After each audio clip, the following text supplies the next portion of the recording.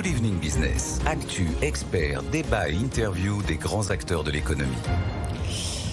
Bonsoir Olivier Voiric. Bonsoir Edwige. Vous êtes le directeur général de Le Nôtre. Vous venez un peu, c'est vrai, c'est déjà un peu Noël avec la lébuche, avec le sapin, avec les macarons. Mais Le Nôtre, c'est vrai que c'est un nom mythique. Qui a été créé, je crois, en 1987. 57, pardon, par Gaston Lenôtre. Comment ça se présente, là, les fêtes? Est-ce que les Français ont envie d'acheter? Vous êtes quand même... Enfin, les Français, il faut avoir beaucoup de pouvoir d'achat pour aller acheter chez Le Nôtre. Comment ça se présente pour vous? Alors, ça se présente bien. Tout d'abord, vous le disiez, Le Nôtre est assez unique puisqu'on a plusieurs activités. Bien évidemment, oui. Il y a l'activité boutique et ça bat son plein.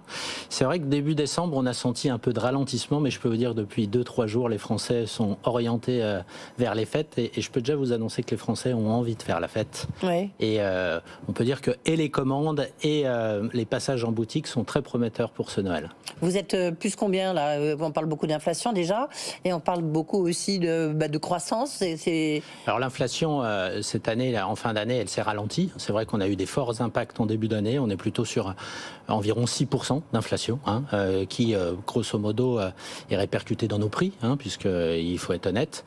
Mais en tout cas, elle ne sera pas d'au-delà de 6%. Oui, et la demande, enfin là, vous avez en boutique, on est quasiment à Noël. Vous avez fait comme l'année dernière, vous avez fait comme en 2019? Alors on est en progression, Alors je prends pas pour nos boutiques, je ne prends pas la jauge de 2019 puisque on a eu un parti pris nous avec cette période de Covid, puisqu'on a des boutiques de proximité dans des quartiers résidentiels, de les laisser ouverts. Donc si vous voulez, depuis 2019, notre chiffre d'affaires est bien au-delà de 2019, mais si on prend l'année 2023 par rapport à 2022, à date, il y a un indicateur chez nous, c'est les commandes, puisque pour que vous compreniez bien, c'est 50% du chiffre d'affaires du mois de décembre va être fait entre le 23 et le 25 décembre. Ah oui, donc merci d'avoir pris le temps d'être ici. En même temps, ça vous fait un peu de pub. Donc, on est en avance de 12%. Et on est en avance de 12%.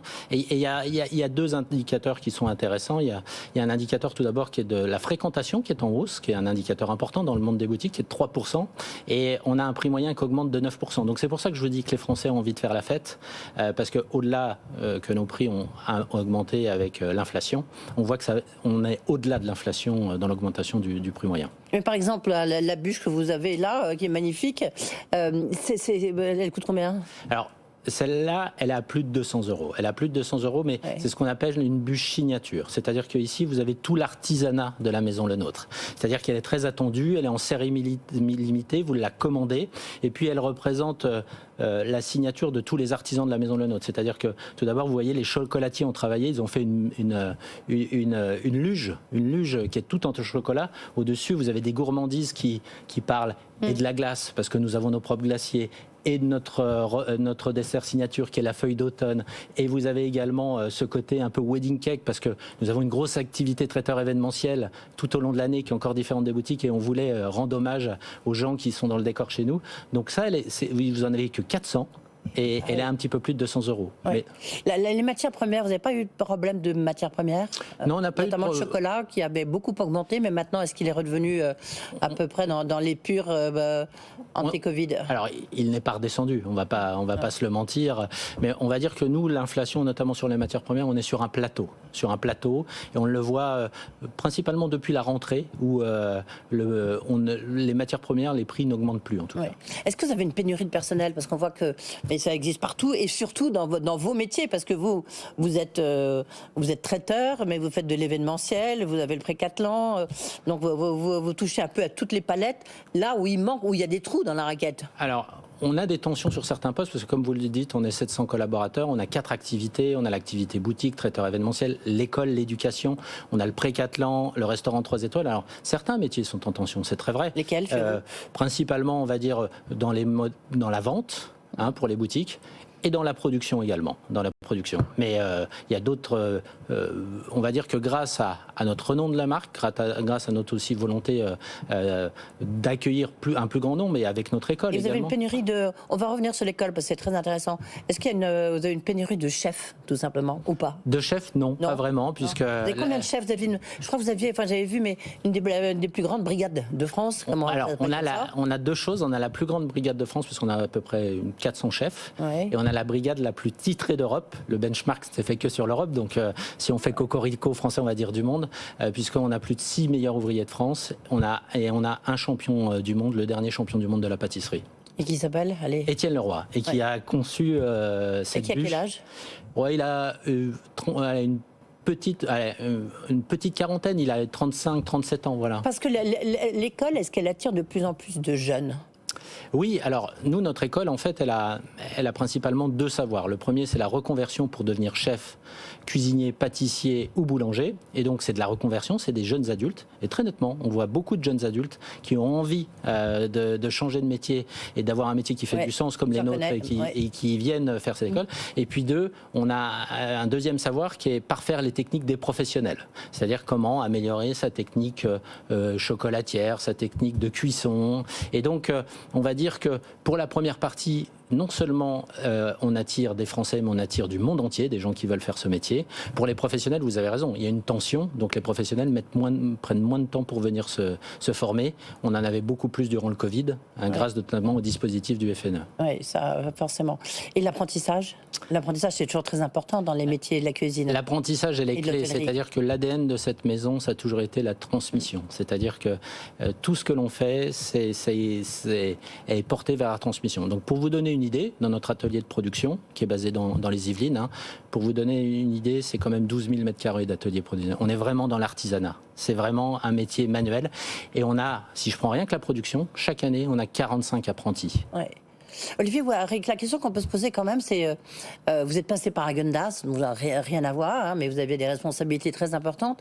Est-ce que le nôtre, c'est pas un vieux nom, quoi? Pour les jeunes, vous allez regarder sur les réseaux, y a des stars de la cuisine. Et dans le temps, le nôtre, c'est un peu, même pour moi, c'est ceux de mes grands-parents, quoi. Pour moi, le nôtre est transgénérationnel. C'est-à-dire que le nôtre a toujours créé son époque en créant les pâtisseries, des pâtisseries qui sont devenues maintenant dans le patrimoine français. Et c'est des générations de le nôtre. C'est-à-dire que des générations moins récentes, comme Pierre Hermé, est passé par le nôtre, et il en parle très souvent, et Alain Ducasse. Et là, on est en train maintenant, il fait des macarons, enfin d'autres gâteaux aussi comme vous. C'est devenu un concurrent maintenant. Tout à fait. Et maintenant, on a toute une nouvelle génération qu'on est en train de former. Et comme on se développe beaucoup à l'international, que ce soit avec nos écoles ou avec nos boutiques, tous ces chefs-là qu'on a formés reviennent à un moment travailler pour le nôtre. Vous savez, moi j'ai un vieil adage qu'on dit toujours, le nôtre un jour, le nôtre toujours. Et donc, tous les gens qui passent chez le nôtre se souviennent de ça. Et le nôtre, croyez-moi, est réellement moderne, et puisqu'on est toujours dans l'inspiration, et l'inspiration, c'est la modernité. Quels sont les produits phares? Bon, la bûche, on est d'accord. Alors, on a à peu près, on a toujours la collection de bûche qui est toujours très attendue. Mais chez les traiteurs. Au niveau du traiteur, oui. Alors l'activité traiteur à l'heure actuelle, les plats qui sont très recherchés, je vous donne le top 2 des 2 plats.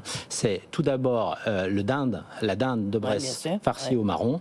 Et la deuxième chose, je vais peut-être vous étonner, mais ça participe à notre culture pâtissière, c'est le coulibiac au saumon. Ce Noël, beaucoup de nos clients plébiscitent un coulibiac au saumon. Je recevais en début de semaine Serge Laiani, qui est le patron, le président de Rungis, le plus grand marché au monde de produits frais.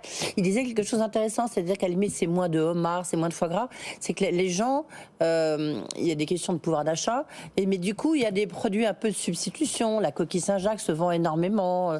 Est-ce que vous observez ça aussi?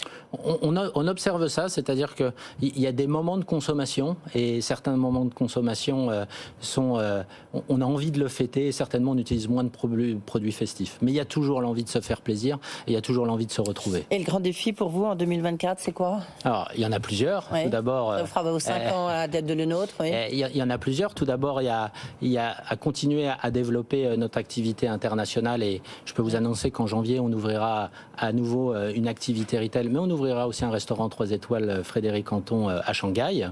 Il y a également l'école qui prépare sa rentrée là en février, et donc pour nous c'est toujours important puisqu'on a une grosse clientèle internationale qui arrive.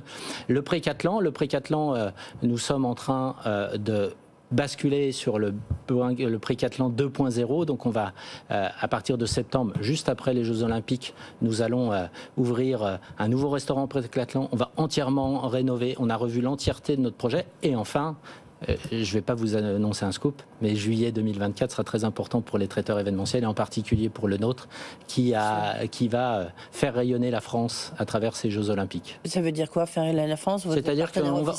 C'est-à-dire qu'on va accueillir Sodexo l'est, en l'occurrence. Sodexo Live l'est, et tout à fait.